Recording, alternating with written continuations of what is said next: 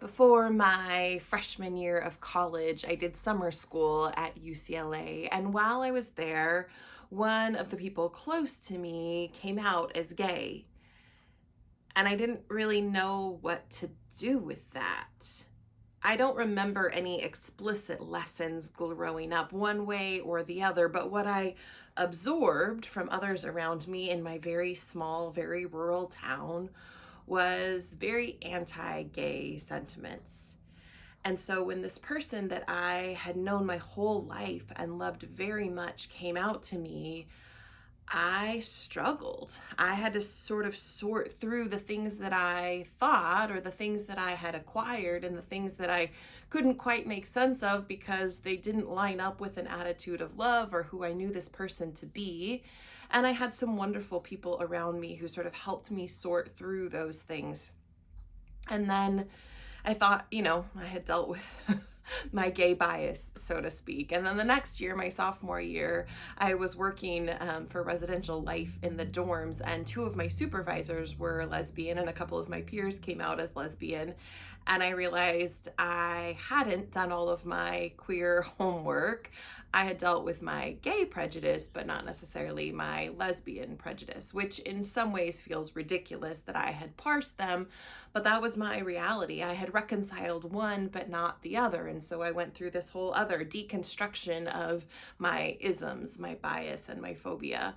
And again, I had wonderful people around me to sort of help me walk through my beliefs.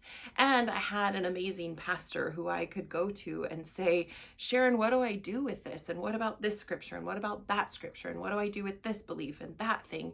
And she was very patient and she helped me through my process. And at various different points in my collegiate career and then in seminary, I've had to come back to that deconstruction, revisiting those scriptures, revisiting my understandings, revisiting what it means to be faithful or Christian or gay or trans or questioning, right? What does it mean to be an ally? Any of those kinds of things. For me, it's very much been a process. And I see myself as an ally. I see myself as queer affirming. And yet, even in that identity, I still find there are certain things that I bump up against and I go, wait, what do I do with that one? For a lot of us, we grew up with notions in the church or not in the church that were not queer affirming. And for many of you, you grew up in an era when using the word queer was a slur, it was degrading. And now the gay community has sort of embraced that as part of how they self-identify, and it doesn't carry the same connotation that it used to. But some of us sort of have that old baggage that we bring. It's something for us to deal with. It's something for us to reconcile. It's something for us to work through. I think it's important that we see our gay and lesbian and trans and bi and non-binary siblings wholly and fully created in the image of God. I think it's important that we talk about and struggle with the texts that have been historically used against those siblings. I think it's important that we check ourselves when we say, well, you can't do this and be faithful. Does that apply universally or only to them that we want to exclude?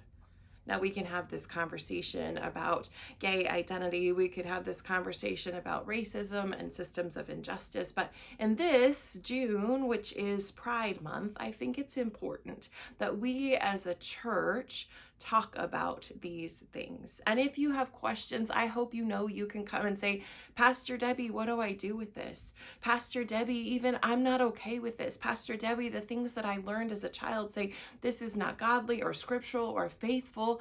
I want to engage in that conversation. And I want you to know I've done my homework. I've had hundreds of conversations about the scriptures, and I've had beyond that in trying to work through what it means to love God's people, see them created in the image of God, see them and understand them as God does with compassion and grace and understanding. It's important for us as a church to be in the struggle, to love one another, to welcome one another, and to know that when we do that, it's not a one and done kind of thing. We get to keep learning and evolving and asking questions and self-reflecting so that we can truly be faithful in these conversations and in these relationships. Take care, dear ones.